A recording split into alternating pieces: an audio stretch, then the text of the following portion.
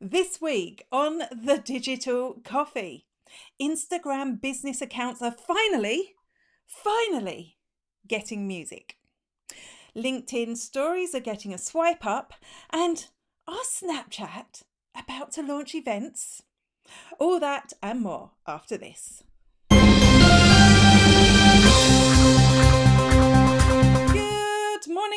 Good morning, and welcome to the Digital Coffee. This is your weekly dose of digital marketing and social media news for small business. My name is Amanda Webb, and we have got some very interesting news, some kind of breaking news I'm not seeing many people talking about yet, and some other stuff as well. I'm a little bit distracted because everything went wrong this morning, but I seem to be back on track now. Good morning to Lee, who uses stories on Instagram and they automatically go over to Facebook. Yes, and Kate uses stories on Instagram. And I think probably when we think about stories, we should think about Snapchat because that's where they originated, but we think about Instagram. Don't forget, if you comment on Facebook on this week's episode of the Digital Coffee, you will get a copy of the Digital Coffee newspaper so you can go away and read more about these stories in your own time. What would you comment? You can comment again our question of the week, which is, do you use stories? Where do you use stories the most? Or you can tell me what you're drinking. Is it a cup of tea? Is it a cup of coffee? Is it water? Is it a milkshake, a smoothie, something else? Let me know what is in your mug. I've just had a cup of tea. And as you all know, I'm not allowed coffee until I finish the show. So I would be desperately going into that. Right, let's have a look at the news. Hi, I'm Carmel Siri and you're watching Digital Coffee with Amanda Webb. On Instagram, Reels without music is a sad thing. And that's what businesses have had to put up with because most business accounts did not have music. For some reason, I did have music, but most business accounts did not have music, which was fine when you were just doing stories. Stories without music are absolutely fine. But when Reels came along, it was just sad because you had to do either silent or create your own background sounds. Suddenly, the whole mystery has been revealed because this week, Instagram started alerting users that they had been given music by accident. They'd been given copyrighted music by accident. I didn't get this alert. I saw this on Matt Navarra's Twitter account and I was like, so that's why I had music. What I was expecting to happen here was for music to go away. I was going to lose music, but no, I haven't lost music. In fact, business accounts are getting music. Yes. But also, no, because it's not that copyrighted music catalogue, that massive one. And I think we kind of say obviously because you're not allowed to use those for commercial use, for copyright reasons. It's not that you'll be able to go and search your favourite tune and add it to your Instagram story. When you go into music, you will see there is a list of music you have never heard of.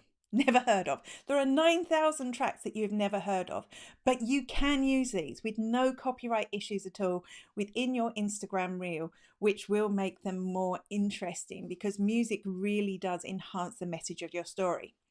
The downside, of course, is that you're going to have to listen to them. You don't know what they are. You're just going to have to listen to try and work out. Some of them are categorized by mood. So you can choose a mood for your music, very much like if you're a YouTuber, you'll know that you can do that in the YouTube music library. But it does make me kind of sad that we can't find it. What I'd recommend you do is not wait until you create the reel to find music. I would actually spend a bit of time going through, obviously not all 9,000 songs, but pick out the ones that you think that you might use. And that means that when you go to make the reel, you don't have to spend an hour going through to find exactly the right tune for it. Good morning, Sylvia, who's got a big coffee. Your old music right pops up. Sylvia, you may have seen that it's popped up on your Instagram account this week. If not, it will pop up on your Instagram account very shortly. So business accounts are getting music, but it's not music as we know. It is just these not well-known music tracks, but I still think it will make a massive difference to Reels. And I think that's why they're launching it, because they want businesses to use Reels so much. And I'd say in the process of launching it, they noticed, that's when they noticed that copyrighted music had been given to businesses by accident, and wondering, are they getting a big bill for that now? You're watching The Digital Coffee with Amanda Webb. I've said it before. Stories are an absolutely brilliant way to share content because they are so immersive. If you can actually get someone to click on your story, no matter where you're sharing it, you've got them. That's the whole screen that they are watching. And I think there's two things here. It was really important that you respect that, because when somebody goes in and they've made the effort to click that button and you're on the screen, make it worthwhile. Make it worthwhile for them to look at. It has to be entertaining in some way, or educational, or just give people an aha moment, or just, something good when you put a story up there. So we have that responsibility. But then what if you want to take it one step further? Maybe you're mentioning a resource in your stories. Maybe you want to tell people more about what's going on in your blog. And we know on Facebook, I'm not quite sure how many followers you need to get stories. I know some people swipe up on stories. I know some people have them, some people don't. On Instagram, though, we all know, right? We all know it is 10,000 followers. You need 10,000 followers on your Instagram account to get swipe up. And what happens as a result of that? We all aim, I'm not aiming, but anyone who's serious about Instagram wants those 10,000 followers. They want their swipe up. So LinkedIn have come along and they've launched Swipe Up. And I think I'll get into how many followers you need in a minute. I think the difference is on Instagram, you really want the swipe up because you cannot post a link anywhere else except for in your bio. So the swipe up just gives you the opportunity to direct people to the correct pages on your website.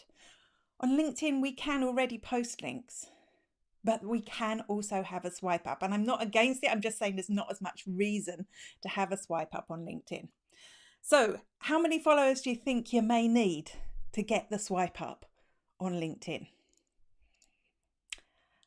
So firstly, these are followers, not connections. You will need to have the follower thing switched on.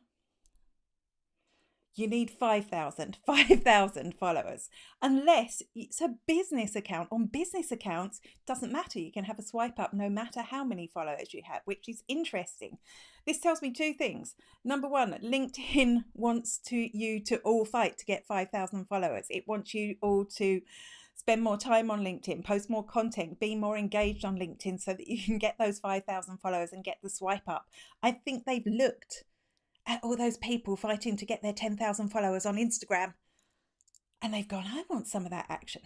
Secondly, they want you to use business company pages, because the fact that they're giving this company pages without any limit means that a lot more people are going to do that, so they can get their swipe up and work on their company pages.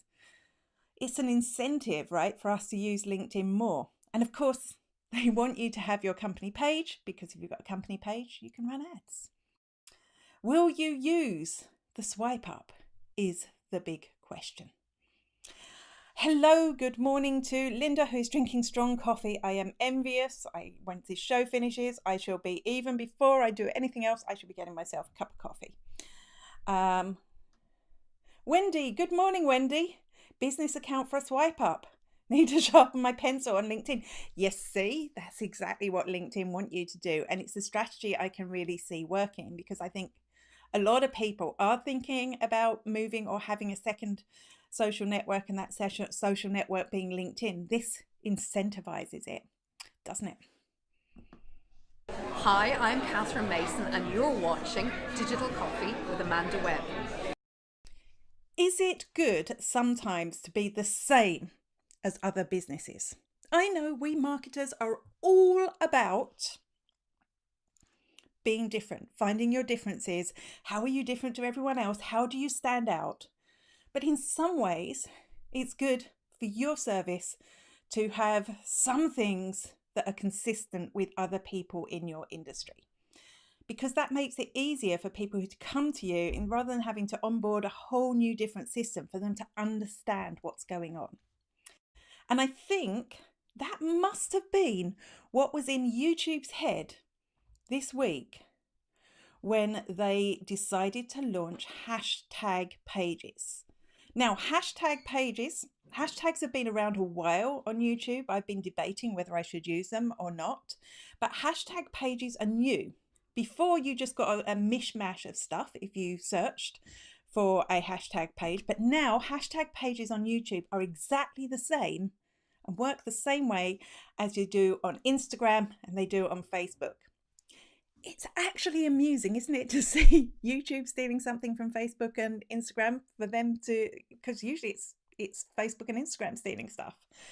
So now when you click a hashtag in a video description, it will bring you to a hashtag page, or if you search, it will bring you to a hashtag page where you will see the most popular videos first related to that hashtag. So if you're a YouTuber, you haven't been using hashtags, now is the time. This is going to be my job this week, to go away and add hashtags to your posts. And just like every other social network, you need to have a decent hashtag strategy. Don't just throw tags up there. Think about what things are people going to be searching for, and use a hashtag that is relevant to that, rather than just trying to classify or bung a load of them there. And make sure it's hyper relevant as well, because people just get disappointed if they click on a video, they think it's about something and it's not, they get disappointed.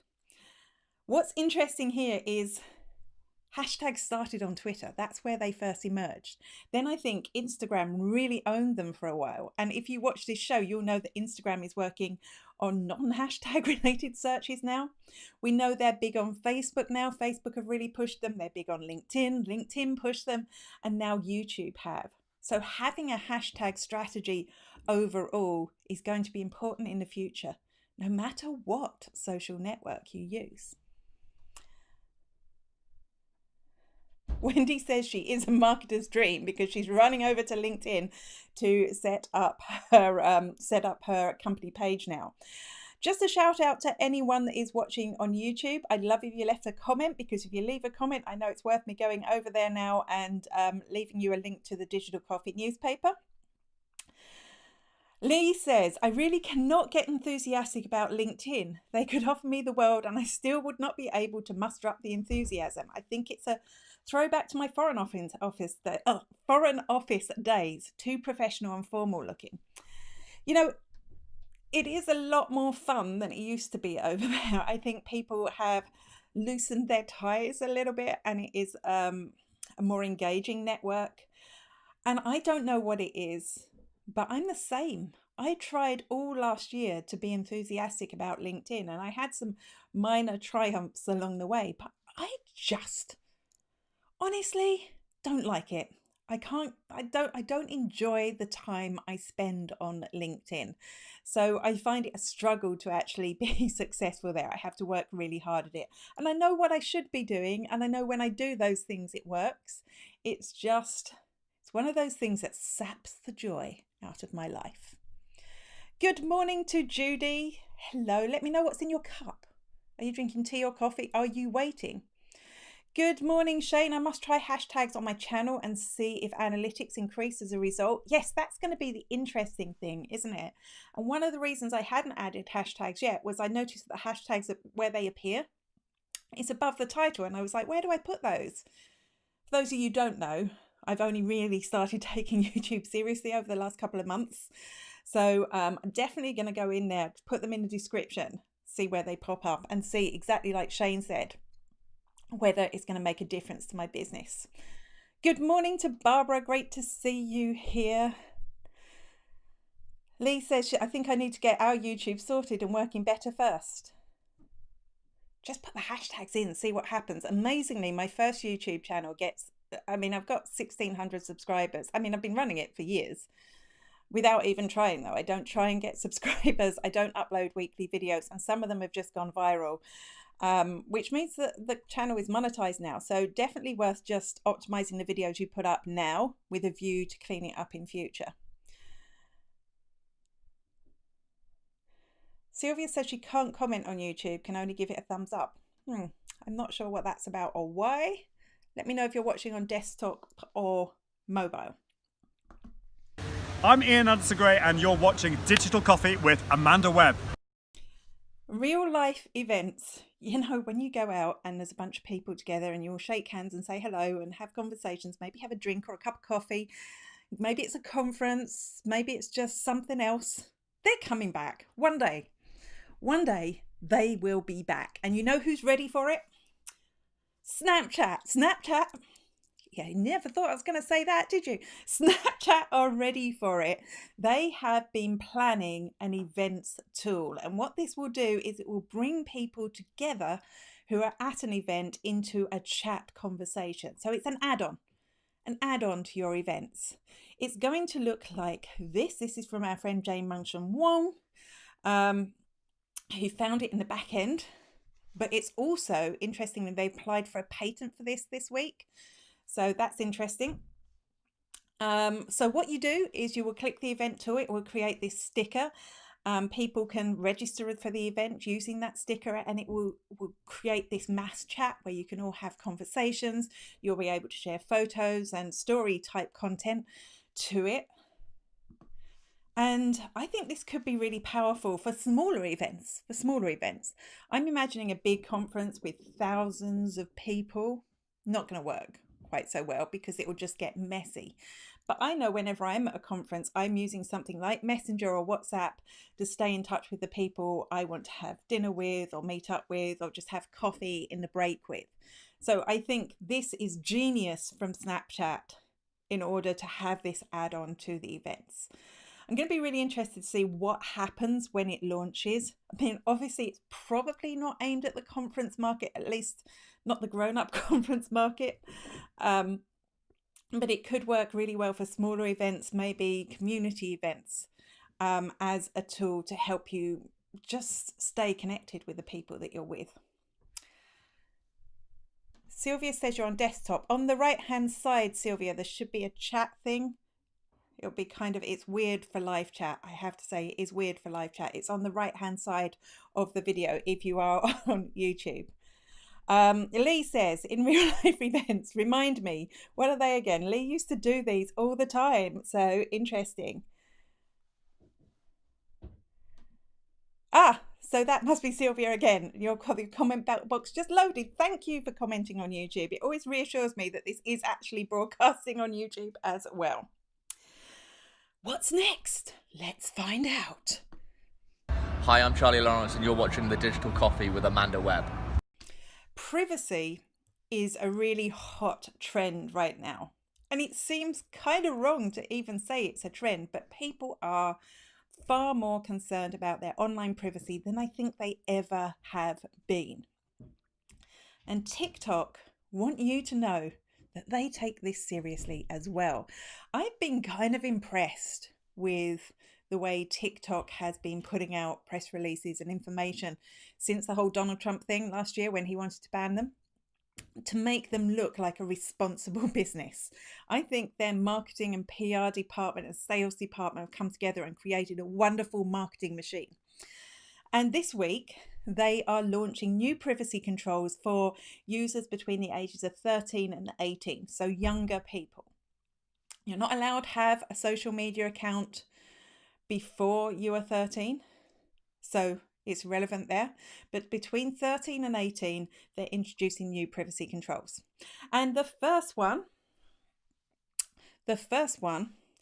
is that if you're between 13 and 18, your account will be private by default.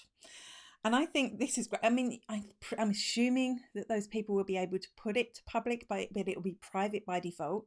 And this is great because I know if I'd had a social media account between the ages of 13 and 18, I'd hope that all that stuff was hidden away that nobody could see anymore.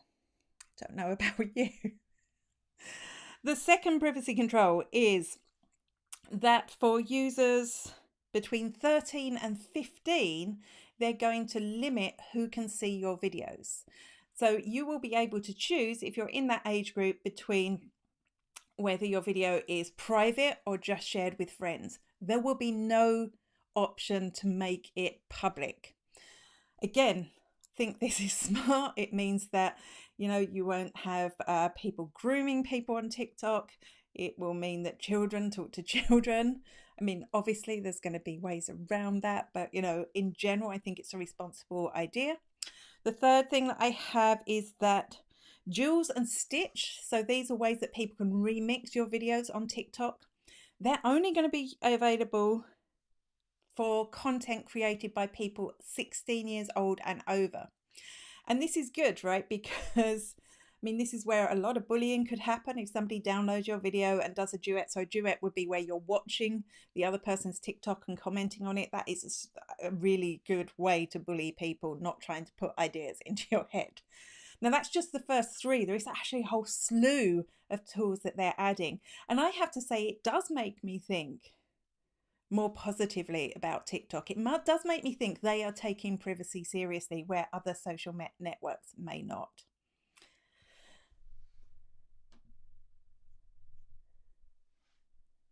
Lee says she has lost me. I don't know if anyone else has lost me. I still have 10 people viewing, according to this. You will let me know if you have lost me. You can always go to YouTube. Just to mention, there was a big outage yesterday where people using Restream, which is the tool I'm using to multicast to Facebook and YouTube at the same time, everyone's Restream videos disappeared off Facebook. Like every single live broadcast they've done disappeared off Facebook yesterday. Thankfully, a few hours later, it came back. Restream were great with their customer services, but it may be an issue there. Kate says she can hear fine, so that's good news. Let me know when you're back online, Lee. I've forgotten which button to press. I have confused myself. What is next? Hey, it's Andy at Content Cal here, and you're watching The Digital Coffee with Amanda Webb. So many people are working from home now, from across the board of businesses. So many people working at home, and it's been a more permanent fixture than I think anyone thought it would be. And for a lot of people, this is going to be forever now. A lot of people are like, this is working from home. A lot of businesses are, this is working for us. Why would we change this? This is good.